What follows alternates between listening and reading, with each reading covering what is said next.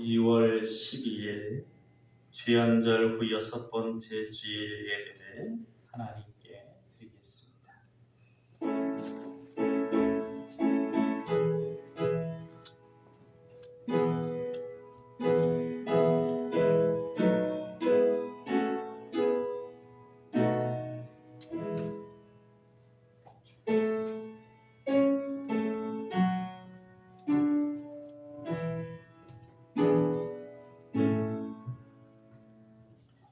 그러므로 형제들아, 우리가 예수의 피를 힘입어 성소에 들어갈 담력을 얻었나니 우리가 마음의 뿌림을 받아 악한 양심으로부터 벗어나고 몸은 맑은 물로 씻음을 받았으니 참 마음과 온전한 믿음으로 하나님께 나아가자.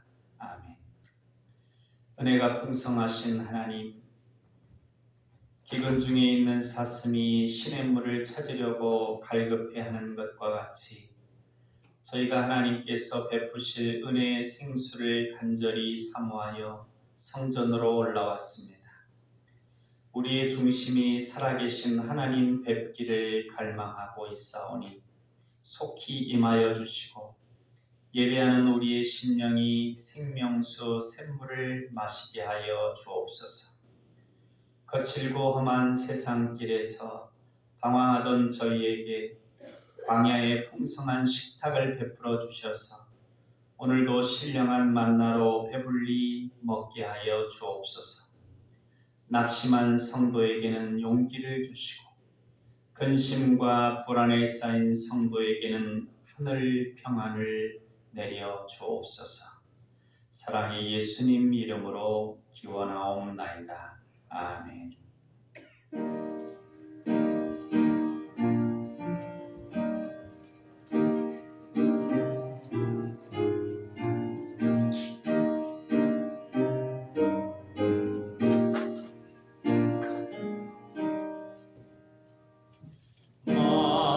만유의 주제 존귀하신 예수, 사람이 되신 하나님,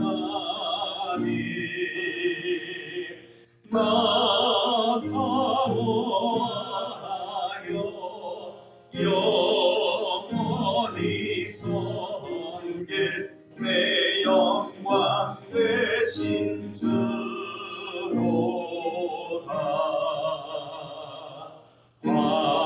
화려한 동산 무성한 조수목 아름답고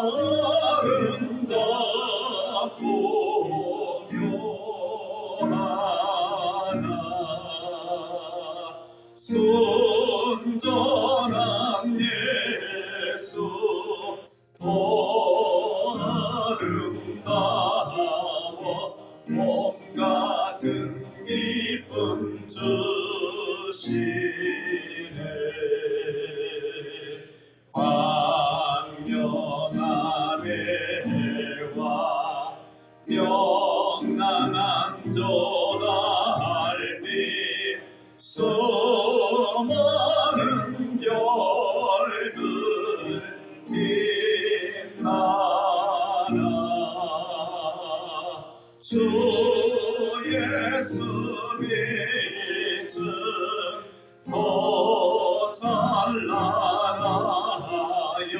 참 비교할 수 없도다. 아멘.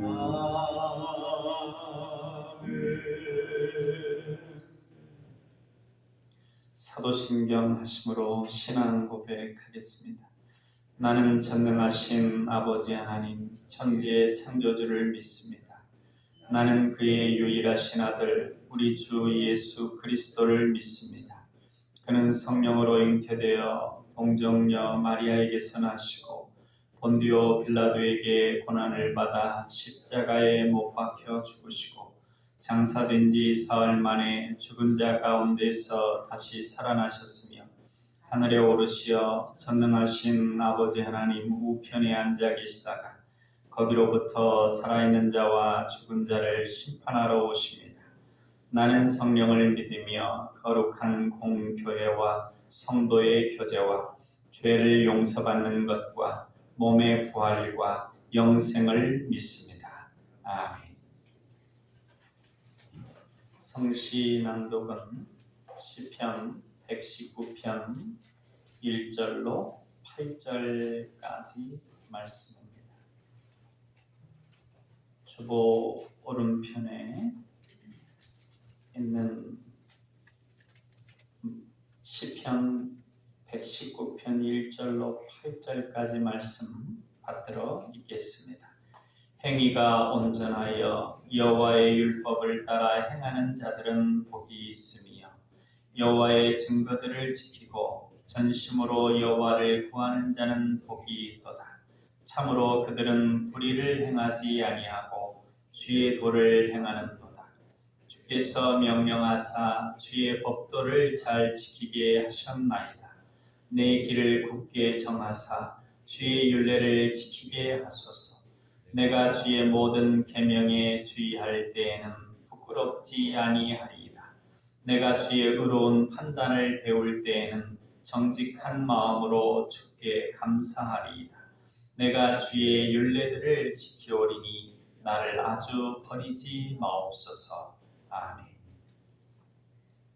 우리 고백의 기도를 같이 드리시겠습니다.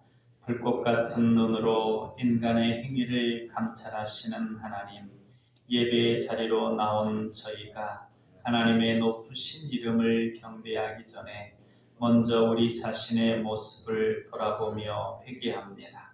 지난 한 주 동안 저희는 매우 많은 죄를 지었습니다. 저희에게는 기도를 멈춘 죄가 있습니다. 이웃을 돌보지 않은 죄가 있습니다. 거짓되고 악한 말을 한 죄가 있습니다. 형제를 미워하고 시기하고 질투했던 죄가 있습니다. 주의를 거룩하게 지키지 못한 죄가 있습니다. 먹든지 마시든지 무엇을 하든지 하나님께 영광을 돌려야 하는데 그러지 못한 죄가 있습니다. 주님, 이 모든 죄를 뉘우치며 회개하오니 동쪽이 서쪽에서 먼 것 같이 우리의 죄를 멀리 옮기시며 소멸하여 주옵소서. 예수님의 이름으로 이 고백의 기도를 드립니다. 아멘. 사함의 말씀입니다. 아멘으로 화답하시기 바랍니다. 그가 내 모든 죄악을 사하시며 내 모든 병을 고치시며 내 생명을 파멸해서 속량하시고 인자와 긍휼로 관을 씌우시리라. 아멘.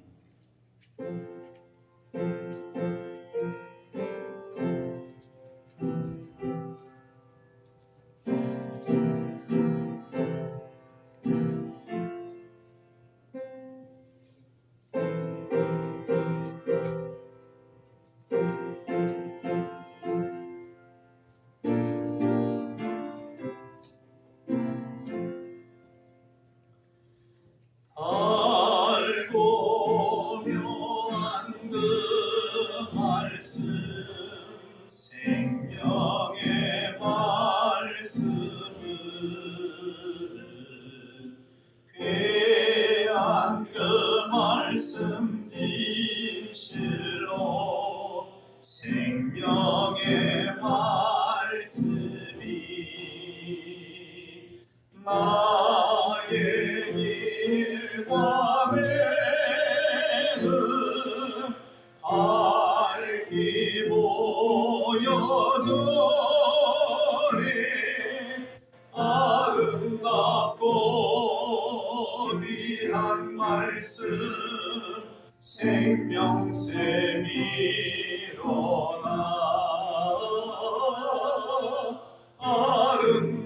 아름답고 귀한 말씀 생명샘이로다.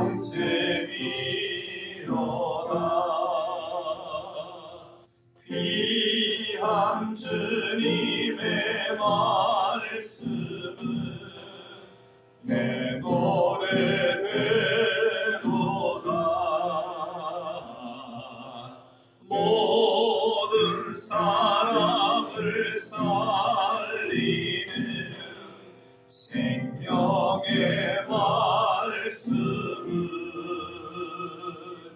값도 없이 받아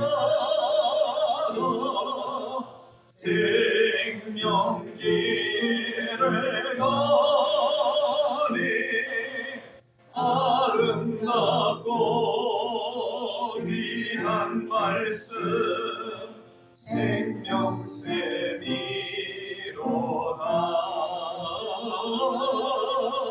아름답고 귀한 말씀 생명샘이로다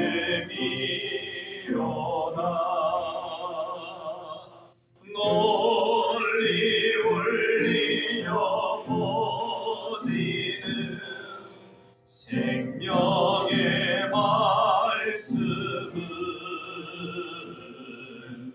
마음의 용서와 평안을 골고루 전하리 다만 예수 말씀 듣고 복을 받네 아름답고 귀한 말씀 생명샘이로다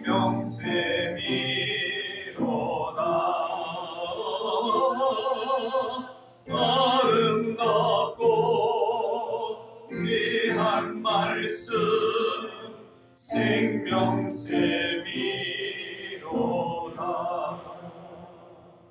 아멘.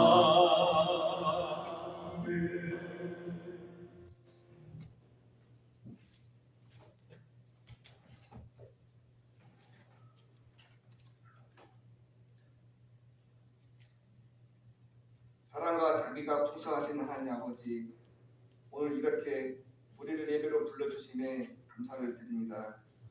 이 시간 목마른 사슴과 같이 갈급한 마음으로 주님 앞에 나온 저희 남방의 모든 교우들 불쌍히 여기시고 성령의 충만한 하나를 부어주셔서 영적 회복이 있게 하여 주시옵소서.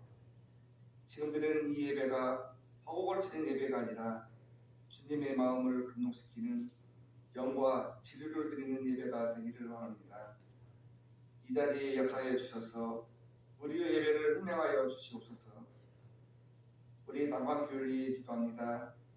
하나님께서 우리 남방교회를 사용하여 주셔서 이 지역 가운데 기이시 받는 복된 교회가 되게 하여 주시옵소서.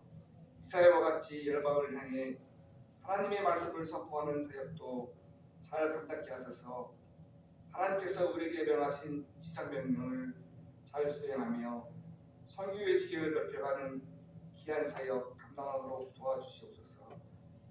이 일을 잘 감당하기 위해서는 재정적으로도 부족함이 없게 하시고 주님께 충성하는 일꾼들이 많이 세워지게 하여 주시옵소서.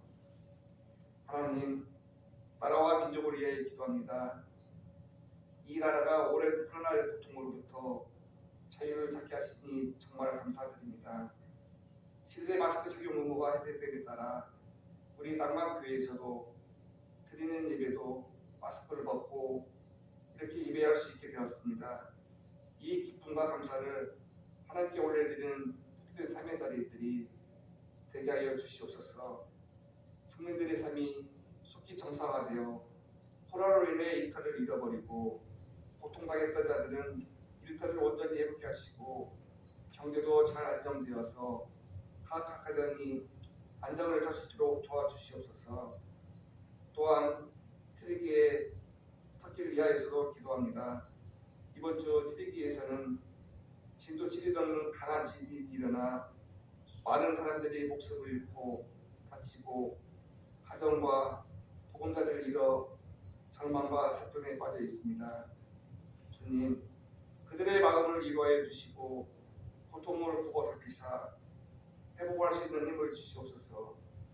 그들을 불쌍히 여겨 주셔서 더 많은 사상자가 나오지 않게 하시고 구조 활동에도 온 힘을 부어 주셔서 많은 이들이 안전히 구조될 수 있도록 하시고 그들의 상처받는 마음 또한 속히 회복될 수 있도록 은혜를 부어 주시옵소서. 우리 담임 목사님을 위해 기도합니다. 우리를 말씀으로 양육하시고 사역을 이끌어가시는 우리 담임 목사님, 목양하시는 데 있어 지치거나 낙심하지 않으시도록 하나님께서 항상 붙들어 주시고 매일 독수리와 같은 새 힘을 부어 주시옵소서. 우리 남방의 교우들이 담임 목사님의 비전에 동참하여 저희 남방교회를 더욱 강건하게 세워나가게 하시고 목사님께는 더 큰 지혜와 성령의 능력을 부어주시고 오늘 우리 담임 목사님 입술을 통하여 선포되는 이사야 1장 요한은 구원 제목이라는 제목으로 선포되는 말씀들을 듣는 우리 남방의 모든 교우들과 또한 영상을 통하여 예배드리는 모든 이들에게도 우리의 영혼이 새겨지게 하여 주시옵소서. 감사를 드리오며 이 모든 말씀 우리를 죄에서 구원하신 예수 그리스도의 이름으로 기도드립니다.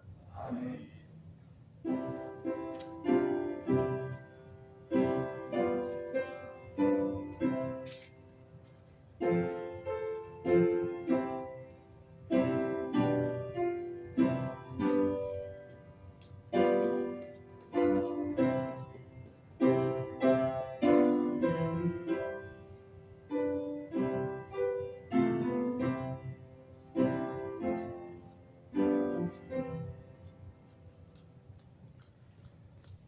이 시간 우리에게 주시는 하나님 말씀은 이사야 1장 1절로 9절까지 말씀입니다.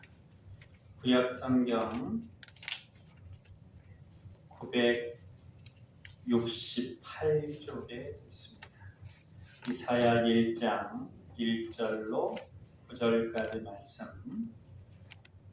한 절은 제가 읽고 한 절은 같이 읽고 그렇게 받들어 읽겠습니다. 유다 왕 우시야와 요담과 아하스와 히스기야 시대에 아모스의 아들 이사야가 유다와 예루살렘에 관하여 본 계시라. 하늘이여 들으라, 땅이여 귀를 기울이라. 여호와께서 말씀하시기를 내가 자식을 양육하였거늘 그들이 나를 거역하였도다. 소는 그 임자를 알고 나귀는 그 주인의 구유를 알건만은 이스라엘은 알지 못하고 나의 백성은 깨닫지 못하는도다 하셨도다. 슬프다 범죄한 나라요 허물진 백성이요 행악의 종자요 행위가 부패한 자식이로다. 그들이 여호와를 버리며 이스라엘의 거룩하신 이를 만홀히 여겨 멀리하고 물러갔도다.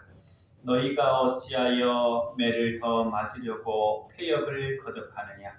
온 머리는 병들었고 온 마음은 피곤하였으며 발바닥에서 머리까지 상한 곳이 없이 상한 것과 터진 것과 새로 맞은 흔적뿐이거늘 그것을 짬에 싸매며 기름으로 부드럽게 함을 받지 못하였도다.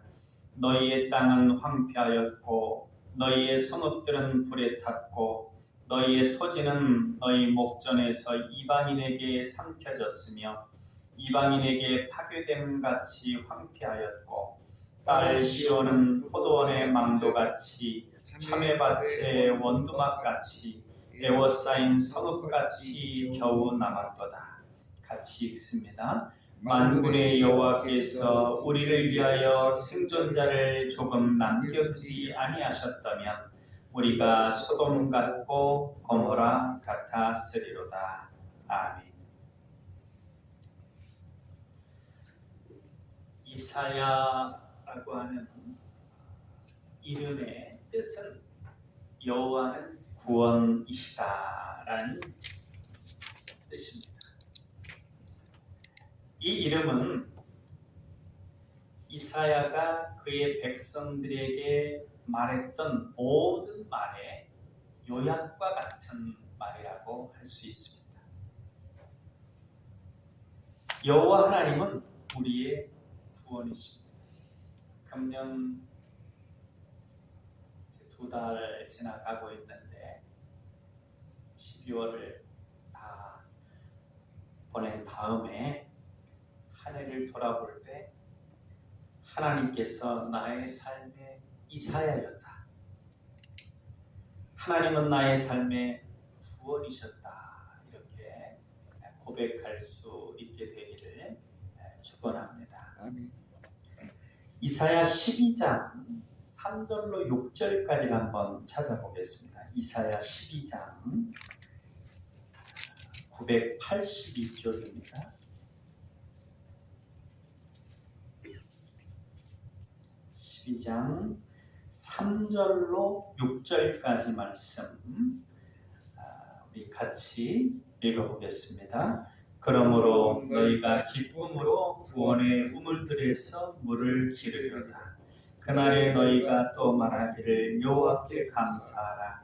그의 이름을 부르며 그의 행하심을 만국 중에 선포하며 그의 이름이 높다 하라.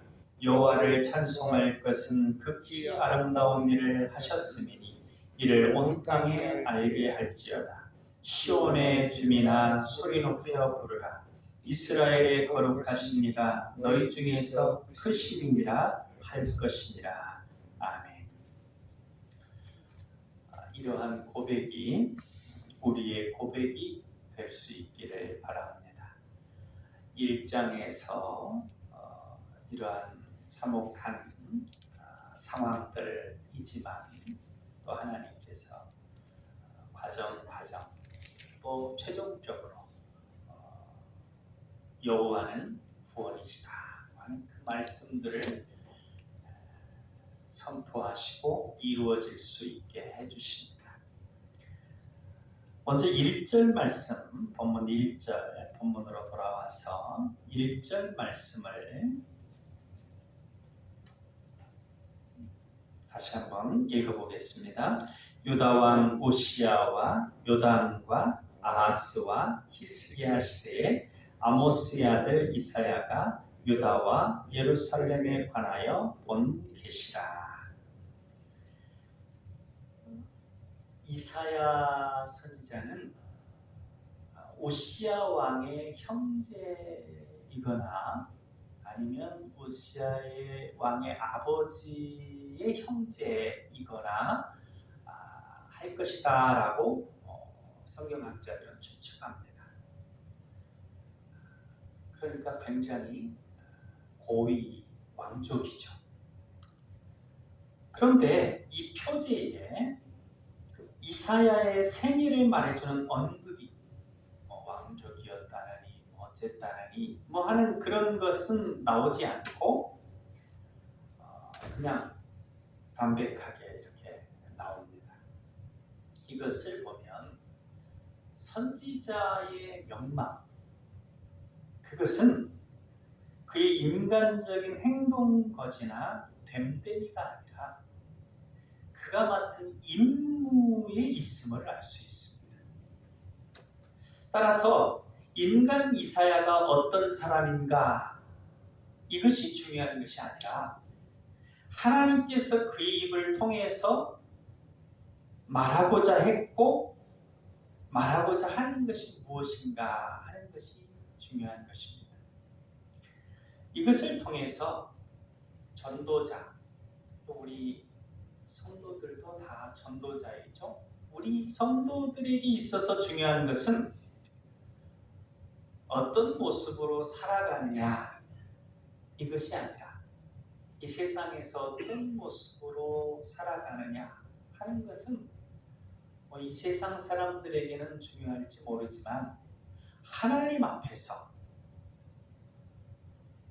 우리들에게 중요한 것은 어떤 사명, 어떤 말씀을 그 마음에 품고 있느냐 하는 것입니다.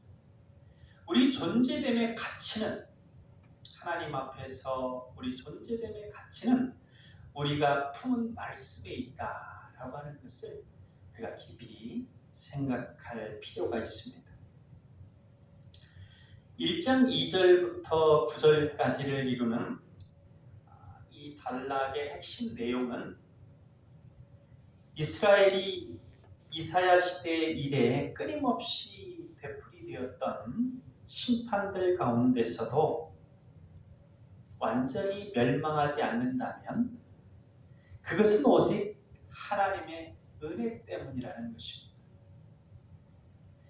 이미 이사야가 예언하는 시대의 북이스라엘은 망했습니다. 그 예언 이사야 시대 가운데. 근데 남유다는 좀 남았는데 그것이 하나님의 은혜라는 것입니다. 하나님의 백성들이 수많은 잘못들 속에서도 멸망에 이르지 아니하는 것은 그들 자신에게 이유가 있는 것이 아니라 하나님의 은혜 때문입니다. 항상 이것을 기억해야 합니다. 하나님의 은혜, 이것이 우리 존재의 근거이고 이유이라고 하는 것입니다. 2절과 3절 말씀은 여호와 하나님의 고발의 말씀입니다. 고발이라고 하니까 좀 어감이 이상한데 하나님께서 직접 이스라엘 백성들에게 너희가 이러이러한 일들을 잘못했구나 이렇게 말씀하시는 것이고 4절부터 9절까지는 이스라엘에 대해서 선지자가 이사야 선지자가 책망하는 말씀입니다. 이사야는 하나님의 고발의 말씀을 자신들의 쓰라린 운명에 대한 백성들의 탄식과 대조시킵니다. 우리가 이렇게 힘들다, 고통스럽다 이런 백성들의 탄식에 대해서 하나님께서 너희가 이렇게 잘못하지 않았느냐 그걸 대비시킵니다. 그리고 공동체 회중이 선지자로부터 구원의 말을 듣고 싶어 하는 것에 반해서 예컨대 북이스라엘은 망했지만 너희는 하나님이 보호하셔서 안전하게 될 것이다. 너희는 회복될 것이다. 이런 말을 듣기를 원했지만 이사야 선지자는 그 남유다에 향해서도 너희가 과연 북이스라엘보다 더 낫다고 할 수 있느냐? 너희의 이러이러한 죄를 생각하라, 깨달으라, 돌이키라 그런 외침을 한 것입니다. 이 단락을 통해서 그리고 이제 이사야 다른 부분들을 통해서 우리가 심판의 자리에서 구원을 기대할 때 심판과 구원 사이에 그 뭐가 하나 더 있다는 것입니다. 뭐가 있냐면 바로 회개가 필요하다는 것을 깨달을 수 있습니다. 그래서 이사야 선지자는 그 온전한 회개, 온전한 돌이킴을 위해서 이런 말씀을 주시는 것입니다. 2절 말씀을 현대어로 번역해 보겠습니다. 2절 본문을 보면서 제가 현대어로 읽는 것과 한번 비교해 보시기 바랍니다. 들으라 너 하늘이여, 귀를 기울이라 너 땅이여, 여호와께서 말씀하신다. 내가 자식을 기르고 키웠더니 도리어 그들이 나에게 반항하는구나. 이사야가 백성들의 축제 모임에서, 이 축제 모임이라고 하는 건 뭐냐면 유월절이나 하는 그 종교적인 큰 절기를 말하는 것입니다. 그 절기 때는 어떤 이제 추수감사절 같은 경우는 이제 축제적인 의미가 있죠. 그런데 그러한 자리에서 이사야 선지자가 심판의 정령으로 등장을 해가지고 이스라엘에 대한 하나님의 고발을 하나님의 증인으로서 청취하라 하면서 하늘과 땅에 대해서 요구합니다. 하늘과 땅은 그의 백성과 체결한 계약의 상대자요 보증자인 하나님께서 스스로 받아들인 계약상의 의무를 신실하게 지켜오셨다라고 하는 것을 증언할 수 있습니다. 하나님은 아버지가 자식을 양육하듯이 자기 백성, 이스라엘 백성들을 양육하셨습니다. 그러므로 하나님은 자기 백성이 자식답게 구체적으로 복종하면서 그에게 감사한 마음을 표현하리라고 기대하셨을 것입니다. 당시 문화 속에서 아버지라고 하는 존재는 자기 자녀의 생사를 좌지우지할 수 있는 존재였습니다. 그리고 아버지를 공경하는 것은 자녀의 의무였습니다. 우리가 율법에서도 성경에서도 몇몇 구절에 나와 있듯이 말이나 행동으로 아버지를, 부모를 거스리는 것은 죽임을 받아 마땅하다고 이렇게 규정되어 있습니다. 하나님께서는 아버지로서 이스라엘 백성들을 자식처럼 대했는데 그 하나님의 사랑에 반응하지 못한 백성들의 죄에 대해서 지적하고 계신 것입니다. 우리도 또한 우리 아버지 하나님의 크신 사랑을 받은 이들이고 지금도 계속 받고 있는데 그 사랑에 반응하지 못하고 사는 부분은 없는지 우리가 돌아보아야 합니다. 이스라엘은 그들이 하나님과 부자 관계를 맺고 있다는 것이 하나님의 자유로운 행위에 의한 것임을 알았습니다. 하나님이 어쩔 수 없어서 하는 게 아니라 기쁨으로 이스라엘 백성들과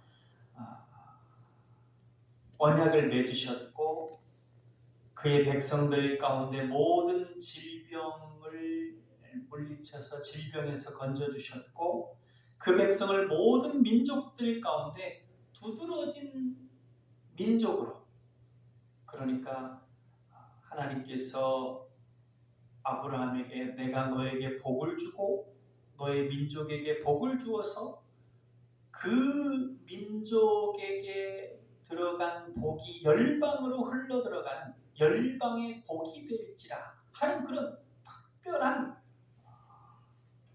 지위를 허락해 주셨습니다.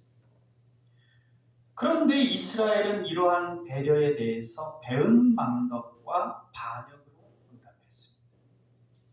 이스라엘은 끊임없이 다른 신들을 향하고 아버지 하나님의 윤리적인 요구들을 충족시키지 못함으로 계약을 깨뜨려 버렸습니다. 그러니까 하나님의 돌보심,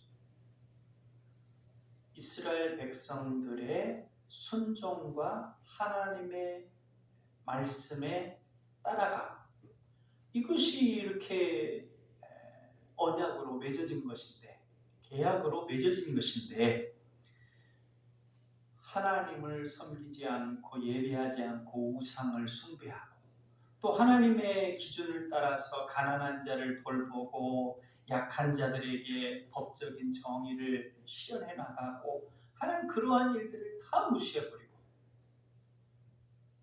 있는 자들이 없는 자들을 오히려 법을 통해서 괴롭히고 빼앗고 하는 그런 어떤 모습들을 자행되니까 다윗 왕국이 무너진다고 한다면 잘못했다고 계약상에서 문제를 찾아야 될 자는 누구냐? 여호와 하나님이 아니라 이스라엘 백성이라고 하는 것입니다. 어리석은 사람들은 자신들이 당하는 곤경의 이유를 다른 데서 찾습니다. 뭐가 깨졌으면 그 깨진 이유가 나 때문이 아니라 너 때문이다.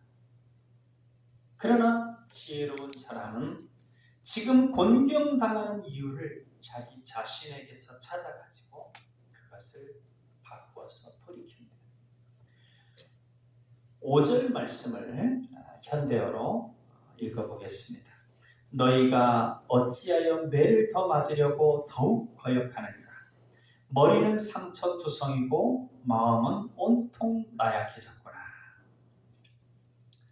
하나님의 거룩함은 이 세계의 불순한 모든 것과 하나님을 대적하는 모든 것을 타오르는 불길처럼 삼켜버리십니다. 이스라엘은 자신의 행동으로 인하여 하나님의 형벌을 끌어들인 셈입니다. 우리도 우리나라의 권경에 대해서 누구를 탓하기보다 먼저 우리 자신을 돌아보고 우리 한국교회를 돌아보고 회개할 것을 회개해야 합니다. 6절과 7절 말씀을 현대어로 읽어보겠습니다. 발바닥에서 정수리까지 그에게는 성한 데가 한 군데도 없이 상하고 멍들고 맞아 터졌구나. 그러나 짜내고 싸매고 약을 발라주는 이도 없구나. 너희의 땅은 쑥밭이 되었다. 너희의 도시들은 잿더미가 되었다. 너희의 농토는 너희의 목전에서 이방인들이 약탈해 가는구나.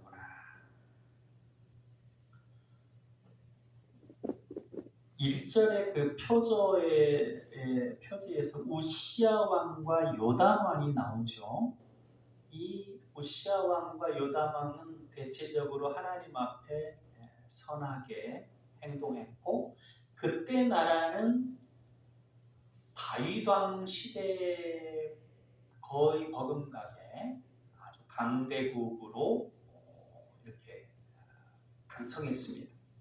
그런데 그 아들 아하스 왕 때에 완전히 악하기로는 한 두 번째, 첫 번째는 므낫세라고 아주 악한 왕이 있고, 그 다음 정도 되는 이 악한 왕, 우상을 숭배하고 자식을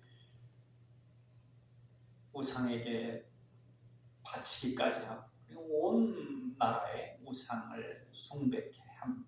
그래서 그때 완전히 쪼그라들었습니다.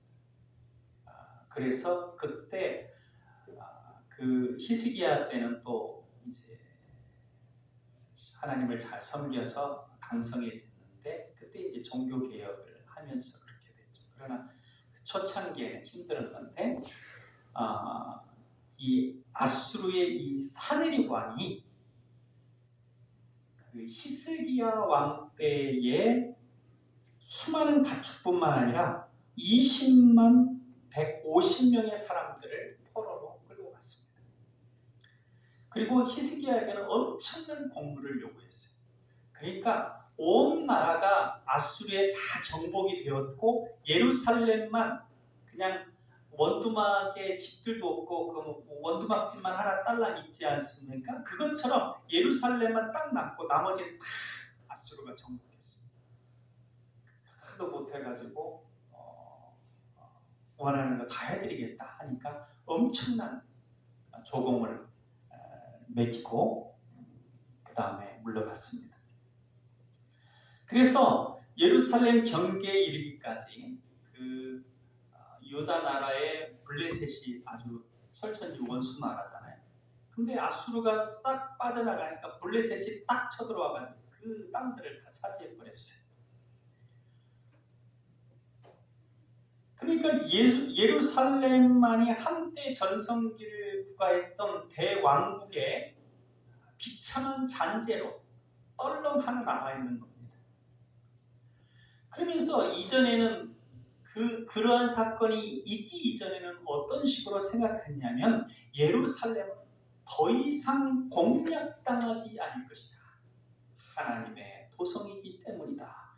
그런 식으로들 생각했어요.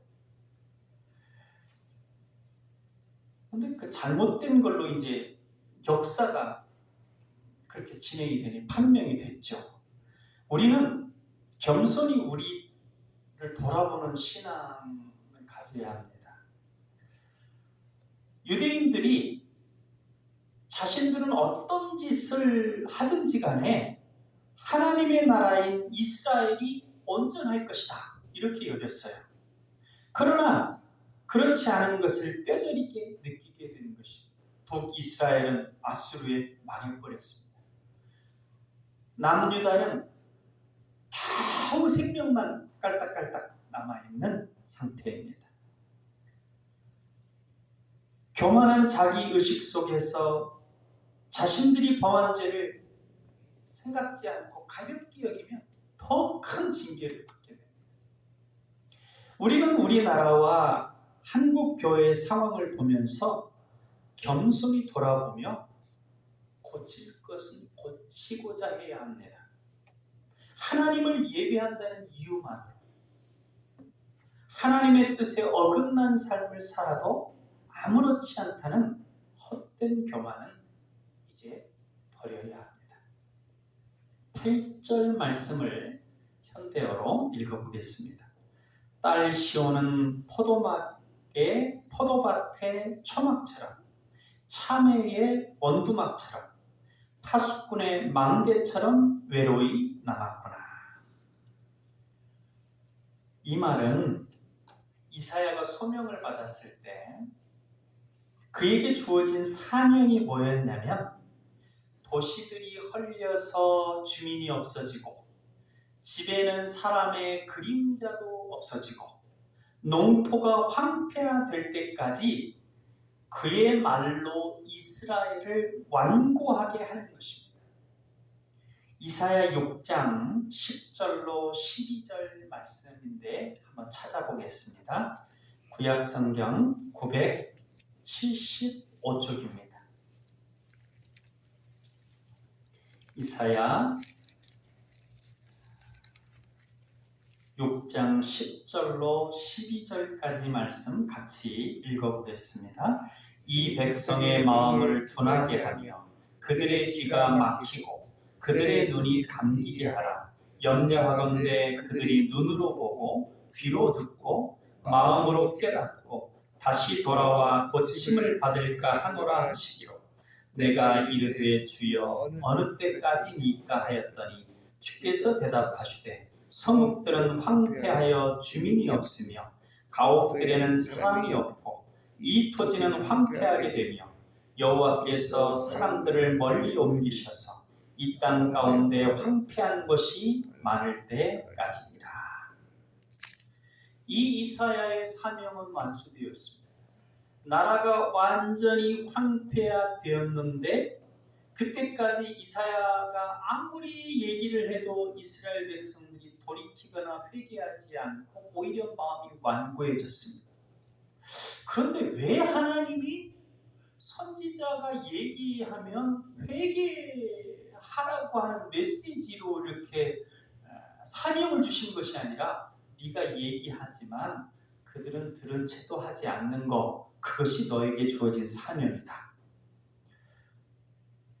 왜 그렇게 하셨을까 하는 것이죠.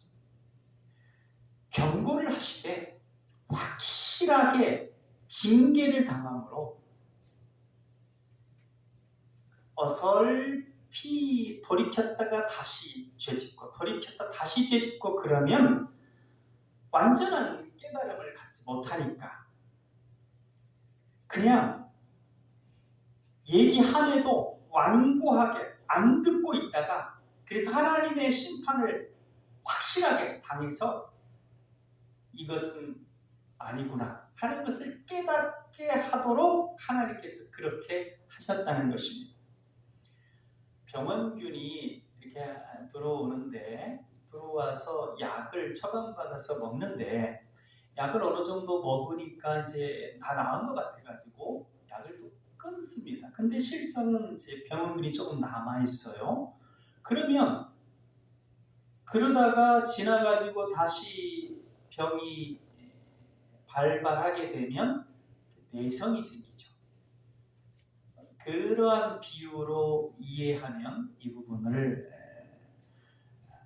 이해할 수 있습니다. 그런데 맥락은 이해가 되는데 이사야는 무엇인가 하는 것입니다. 그러니까 이사야가 받은 사명은 지금 뭐냐면 앞부분에서는 어느 때까지입니까? 그때까지는 어떤 사명이 주어졌냐면 네가 아무리 얘기해도 이스라엘 백성은 귀를 딱 닫고 전혀 네 말을 안 들을 것이다. 그럼에도 불구하고 네가 계속해서 얘기해라. 그게 너에게 주어진 사명이다.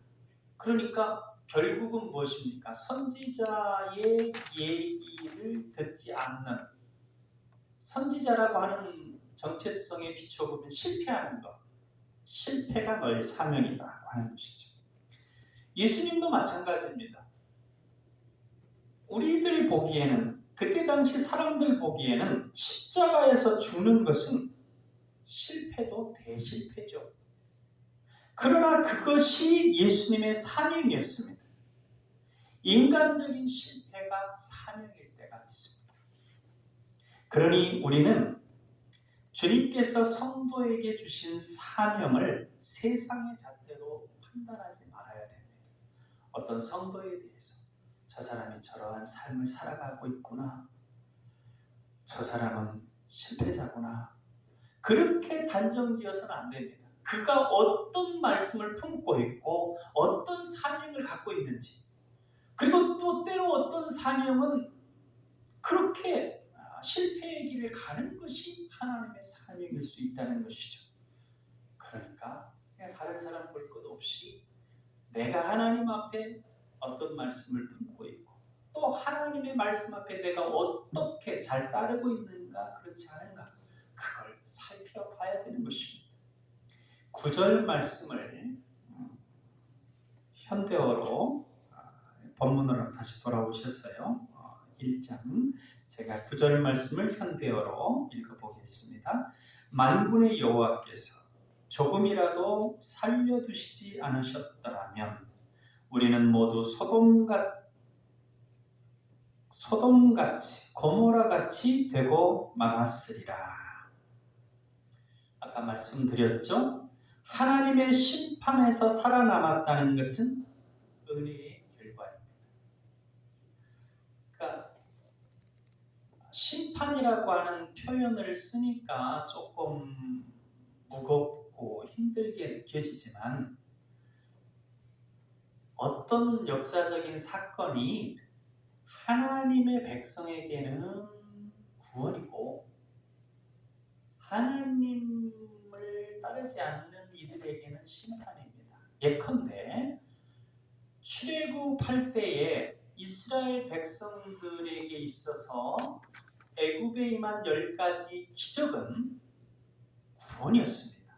그러나 하나님을 섬기지 않는 이스라엘 백성들을 압박하고 놓아주지 않으려 했던 애굽 사람들에게는 심판이었습니다. 그러니까 여기서 심판이라고 할 때에도 우리가 그 말씀, 그 사건에 담겨있는 하나님의 뜻에 순종하는 자로서 들어가게 되면 구원의 자리에 서게 되는 것이고, 그렇지 아니하고 그 담겨있는 뜻을 판단하지 못하고 하나님의 뜻을 거역하고 하나님의 뜻에서 벗어난 길에서 돌이키지 않는 자리에 서 있는 건 심판입니다.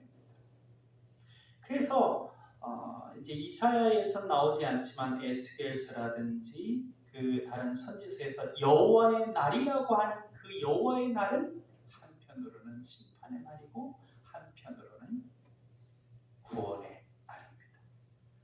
예수님의 재림의 날이 오른편에 있는 양들에게는 구원의 날이고 왼편에 있는 염소들에게는 심판의 날인 것과 같습니다.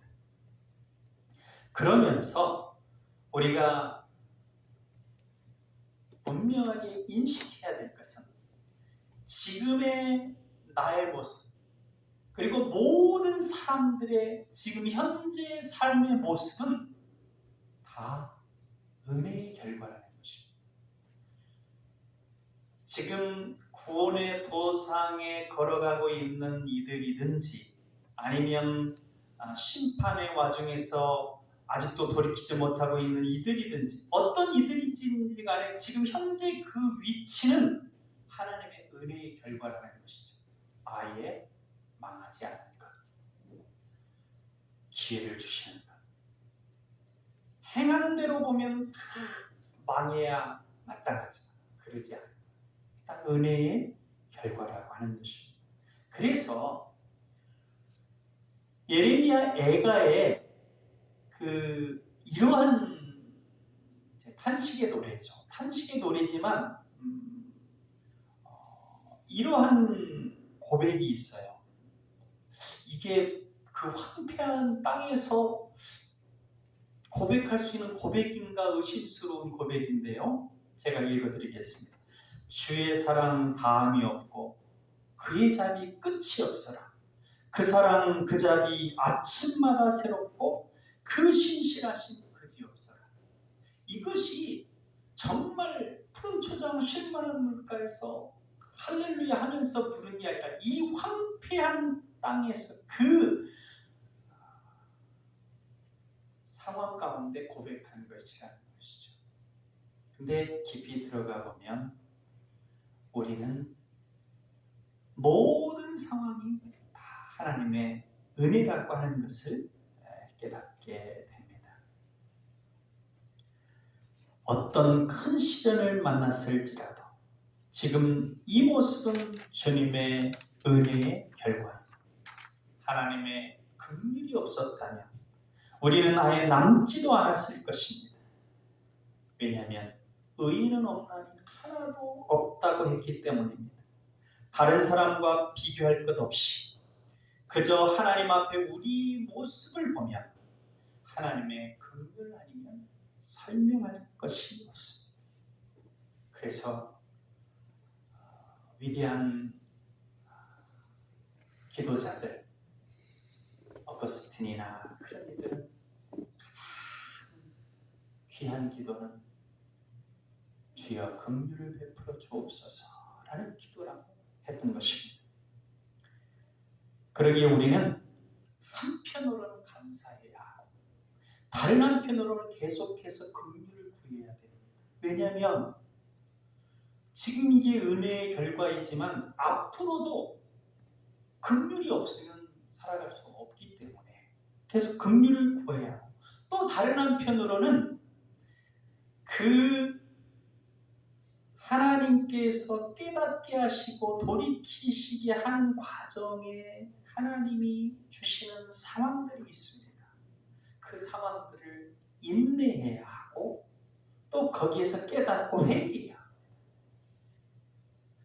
그래서 우리가 이사야를 보면서 충성스러운 주님의 제자라면 어떻게 처신해야 되냐면 겸손히 계속해서 감사해야 합니다. 내 삶이 왜 이 모양이냐? 그것은 깨닫지를 못하는 것이죠. 부족함에도 불구하고 은혜 베풀어 주셔서 이만큼 살게 된 것, 그걸 감사해야 돼요. 그 다음에 계속해서 긍휼을 구해야 됩니다. 내 힘과 내 능력으로 어떻게 해볼 수 있는 것이 아니라는 것이죠. 그 다음에 계속해서 주님의 선하신 뜻이 무엇인지를 깨달으려 하고 쫓아가야 합니다. 그리고 그러한 뜻을 온전히 깨닫기까지 인내해야 될 것들이 있습니다. 하나님께서 우리로 깨닫게 하시기 위해서 주시는 상황들이 있는데 그 상황들을 인내하면서 또 깨달은 부분들을 돌이키고 하는 그런 과정들이 필요한 것입니다. 정리를 드리면 겸손히 우리 부족함을 돌아보며 그러한 부족함에도 우리에게 은혜를 주시는 주님께 감사하고 계속해서 주님의 긍휼을 구하며 주님을 쫓아가는 데 열심을 내는 우리 남강의 가족들 다 되시기를 주님의 이름으로 축원합니다. 기도하겠습니다. 사랑의 하나님, 주님의 크신 사랑을 깨닫고 우리들의 부족함을 인식하게 해주시니 감사합니다. 항상 겸손히 감사하며 주님의 긍휼을 구하는 우리가 되게 하옵소서. 주님을 쫓아 열심을 내는 우리가 되게 하옵소서. 사랑의 예수님 이름으로 기도하옵나이다. 아멘.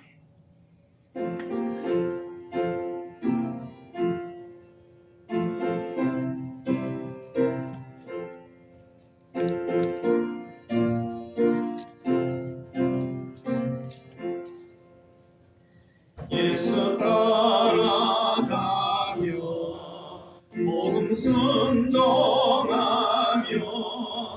우리 행할 길 바라겠네. 주를 의지하며 순종하는 자를 주가 늘 함께 하시리라. 의지하고 순종하는 길은 예수 안에 즐겁고 복된 길이로다. 애를 당하거나 우리 고생할 때 주가 위로해 주시겠네. 주를 의지하며 순종하는 자를 주가 안위해 주시리라.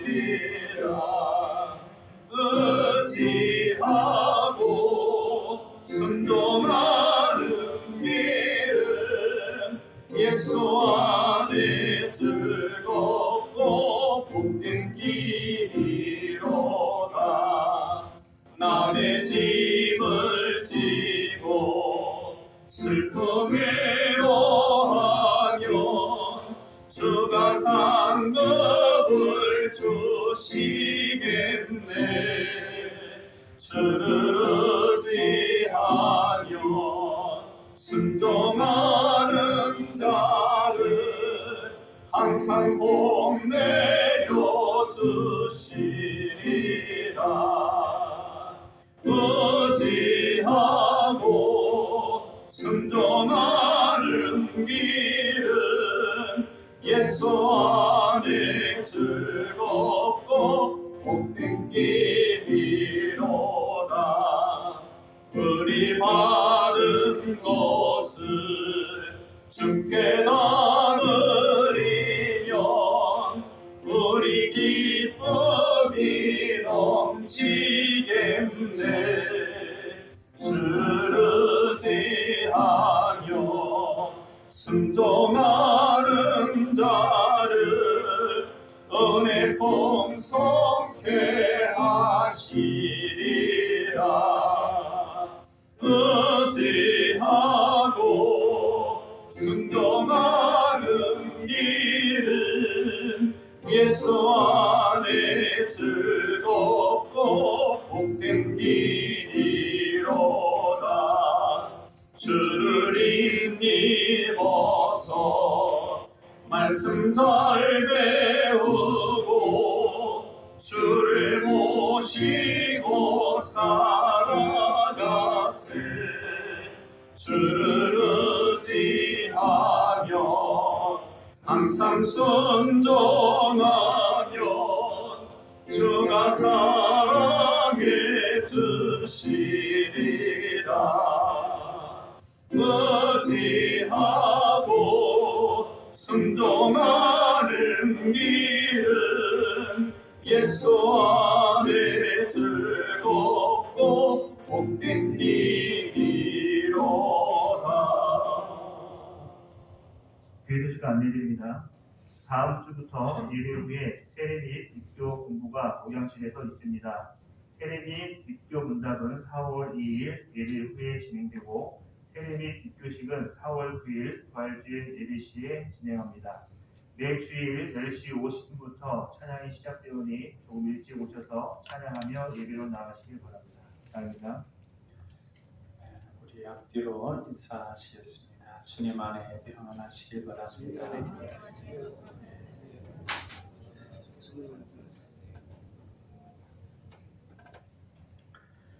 기도하겠습니다. 감사로 제사를 드리는 자가 나를 영화롭게 하나니 그의 행위를 옳게 하는 자에게 내가 하나님의 구원을 보이리라. 아멘.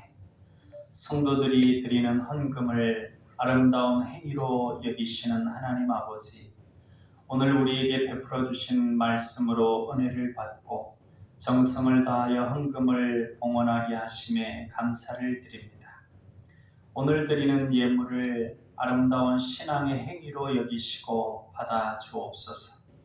우리가 세상에서 성공하고자 하는 헛된 욕망이나 계획으로 헌금을 드리지 않게 하시고 순수한 믿음으로 오직 감사한 마음으로 헌금을 드리게 하옵소서. 하나님께서 그동안 베풀어 주신 사랑으로 구원을 받았으니 이 헌금이 어떤 공로가 아니라 하나님의 은혜에 대한 보답이 되게 하여 주옵소서. 무가치한 물건을 가치 있는 물건으로 바꾸시는 하나님 아버지, 땅에 흩어져 있는 진흙을 토기장이가 빚어서 가치 있는 고급 옹기를 만드는 것처럼 하나님께서 쓸모없는 우리를 부르셔서 하나님을 믿는 거룩한 무리 성도가 되게 하셨으니 감사합니다. 그러한 저희가 세상에서 번 돈을 거룩하게 구별하여 헌금으로 드립니다. 11조 헌금을 받으시고 약속대로 드린 성도의 창고에 복을 풍성하게 채워주시고 여러 가지 이유로 감사 헌금을 드리는 성도에게 때마다 일마다 감사한 일이 생기게 하시며 마음의 소원이 이루어지게 하옵소서. 오늘 드려진 선교 헌금, 건축 헌금, 주일 헌금을 축복하시고 하나님의 선하신 뜻대로 쓰여지게 하여 주옵소서. 사랑이 예수님 이름으로 기도하옵나이다. 아멘.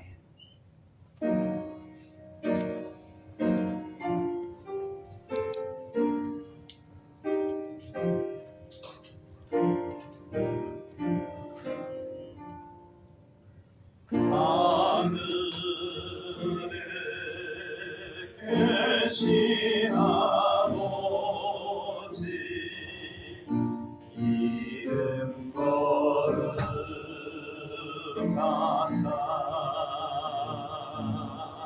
주님 나라 임하시고 뜻이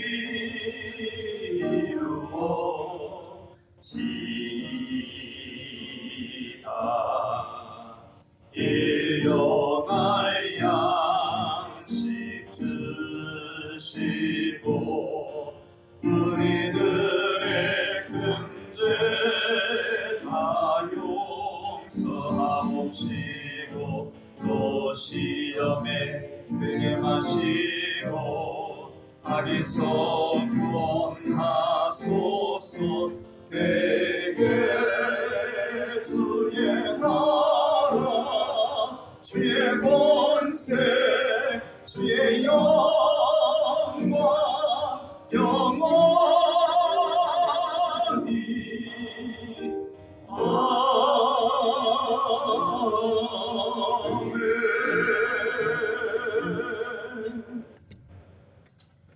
이제는 십자가를 지사 구원을 완성하신 우리 주 예수 그리스도의 은혜와 자기의 백성을 사랑하시되 변함없이 끝없이 사랑하시는 아버지 하나님의 사랑하심과 성령님의 인도 교통 충만케 하시니 오늘도 말씀을 통하여 은혜 받고 믿음으로 살기를 다짐하고 돌아가는 사랑하는 남강의 가족들 머리머리 위에 그 가정과 우리 교회 위에 이제로부터 영원토록 함께 하시기를 간절히 축원하옵나이다. 아멘.